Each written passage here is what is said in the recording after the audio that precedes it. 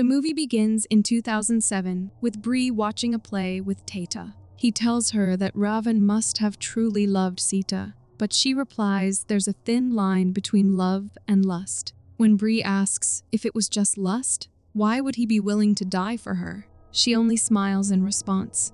Nearby, a man is selling an ancient musical instrument called the Corinding, and Tata says that this used to be her toy.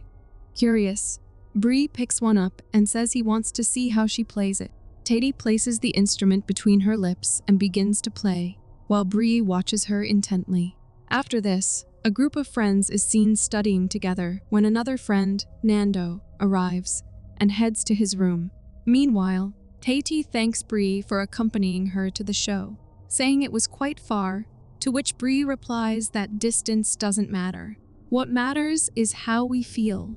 As she starts to leave, he asks if she wants him to walk her home, adding that he's curious to see what her house is like. She politely declines and begins to walk away, but he stops her again and says, "Don't forget to play the Corinding." Meanwhile, as Nando enters the house again, his friends are shocked, and when he asks what's going on, they're too stunned to respond. Later, when Bree returns home, a butterfly quietly follows him inside. The next day, as Bree is leaving for college, he spots a plant with a butterfly on it. He sprinkles water on it, saying, "You look good when you're fresh." Later, Erwan tells Bree that strange things are happening in the boarding house. Asep says they saw someone who looked exactly like Nando enter his room, but Nando came home shortly after. When Bree asks if they're hallucinating, Erwan gets upset, saying he's serious and doesn't want to talk if he keeps talking like that. That evening, Nando returns to the boarding house with his girlfriend and heads to the kitchen to make her some tea. While waiting, Ellen notices a butterfly resting on a painting. As she looks around the house, she spots a woman who asks her if she would like to have tea. After a while, Nando returns with the tea, but she recoils in horror, seeing a severed hand holding the cup. She then sees the mysterious woman again, and overwhelmed with fear, Ellen bolts out of the house and takes refuge in the car. Nando rushes out of the house and asks Ellen what's wrong. Shaken, she lowers the car window and says, "We can't stay here." Confused, he asks why, but she insists, "I just want to go home." Later, when the others return home, they find Ellen's bag there and wonder whose it is. Asep casually says it looks like a gift, and then they brush it off without giving it much thought. After a while, Erwan steps on a broken cup. He picks up the shattered pieces and tosses them into the dustbin. As he goes to shut the window, he catches a glimpse of a woman's reflection in the glass, but when he turns around, no one is there, and the reflection has vanished. Erwan cautiously approaches the spot where he saw the woman, but a noise from the kitchen grabs his attention, and he sees the woman standing there, and before he can react, she lunges at him, knocking him to the floor in shock. Terrified, Erwan looks back, but the woman is gone, and then he notices the broken pieces of the cup are back where they were. Before he can make sense of it, he sees the woman again, now sitting on the table. Panicked, he screams in fear until Asep arrives and rushes to check on him. When Donnie returns home, Asep tells him, "I just stepped out for a moment," and Erwan suddenly started screaming and ended up like this. Thinking fast, Donnie gets an idea. He reaches into his pants, pulls out a strand of his pubic hair, and puts it in Erwan's mouth. The sheer shock and disgust jolt Erwan back to consciousness, and he immediately gags in revulsion.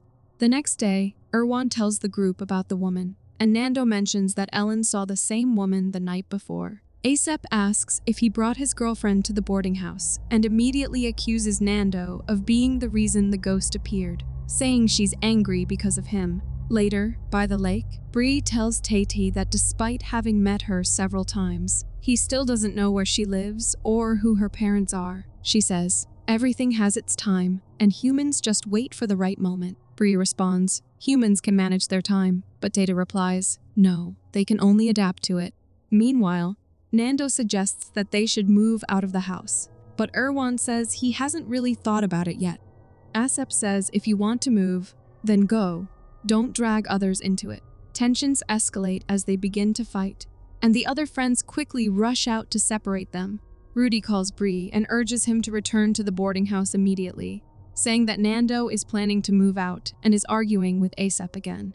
Bree arrives at the boarding house with Data, but Erwan is visibly shaken when he sees her. He rushes over to Bree, pulls him inside the house, and anxiously tells him that the woman he brought looks exactly like the ghost he saw. Bree says you are talking nonsense and starting to sound just like Nando, but Erwan insists he's not lying. Rudy asks Bree where he met his girlfriend, and Bree replies that she's a local. Rudy says, I'm a local too, but I've never seen her before. Erwan says he's certain about what he saw and admits that something doesn't feel right, so he's leaving with Nando. As Erwan leaves with Nando, he glances back at Tata and is startled to see her eyes locked on him with an unsettling smile. Later, when Bree steps outside, he notices Tata is nowhere to be found. However, as he returns to the house, he sees her inside, playing with a butterfly. She then gently releases it and Bree apologizes, explaining it's her first time here, but his friends are just in a bad mood. Tata asks, what's wrong with them? And Bree says they're scared, thinking the house is haunted. She asks what kind of ghost they saw, then calmly says that his friends should watch their words and actions, as every place has its own rules. She adds, what's unseen may still exist, and what seems empty may still be occupied.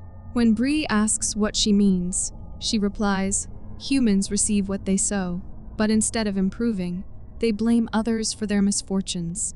That night, they visit Kopral, who asks what's wrong at their boarding house. Asap suspects he knows something and questions him, to which Kopral replies that every event in nature has its signs, but only those in tune with nature can read them. He warns them to watch their words and actions, as every place has its own rules. His words mirror exactly what Thady told Bree earlier. Later, while Bree is working, he hears a woman softly humming a tune somewhere in the house. Curious, he steps out to investigate, and to his horror, he sees a woman sitting silently in the living room. Fear creeping in, he cautiously approaches her, but the phone suddenly rings, and Bree is shocked to find that the woman has vanished. The next day, as Tata plays the corinding, Bree asks, even when you smile, why do I still see a deep sadness in your eyes? To which Tata replies, if you knew the reason for my sadness, what would you do? Bree says, I'd try to cheer you up, but she says it wouldn't work. Bree insists, we haven't even tried. He adds, I don't know who you really are, or why you always seem so distant. Like you're carrying something heavy, Tata says. It's a long, complicated story, and digging it up will only bring back endless sadness and anger. It's then revealed that Bree was initially surprised because he saw Tata's photo and discovered her real name was Helena.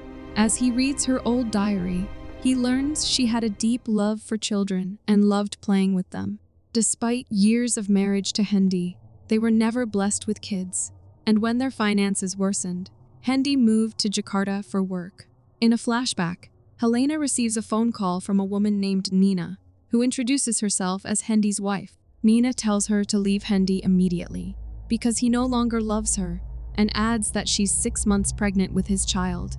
Soon after, she receives a letter, and her heartbreak deepens, as Hendy had pawned their house to the bank, using the money to support his life with his mistress. He eventually divorced her, and from then on, she was consumed by one thought: to end the suffering and bury the pain in silence. In a haunting flashback, it's revealed that Helena took her own life in that very room.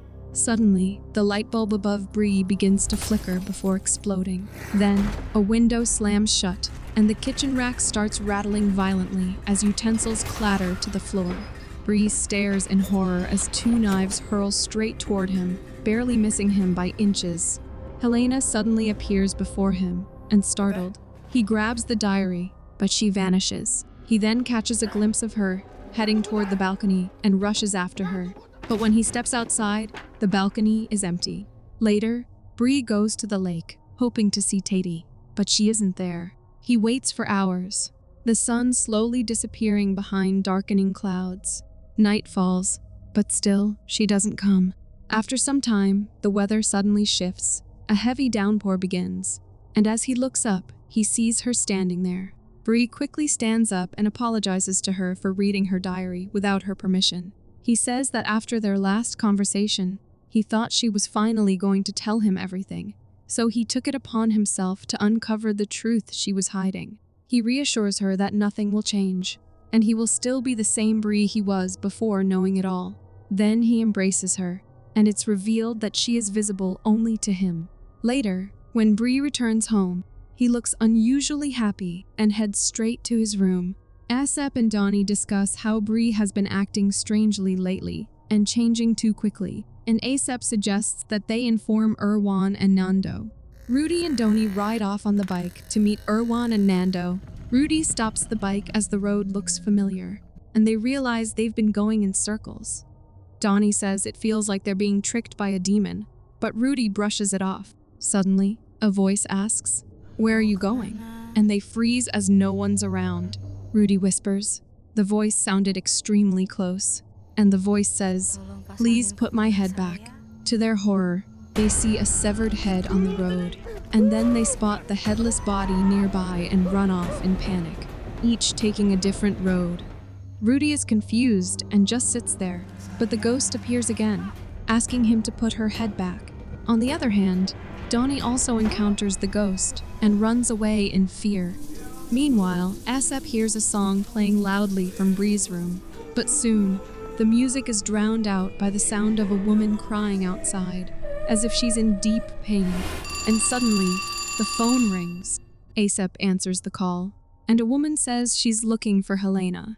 He insists no one by that name lives there, but the woman replies, "She's sitting on the sofa." Asap turns around and is horrified to see the ghost standing right behind him.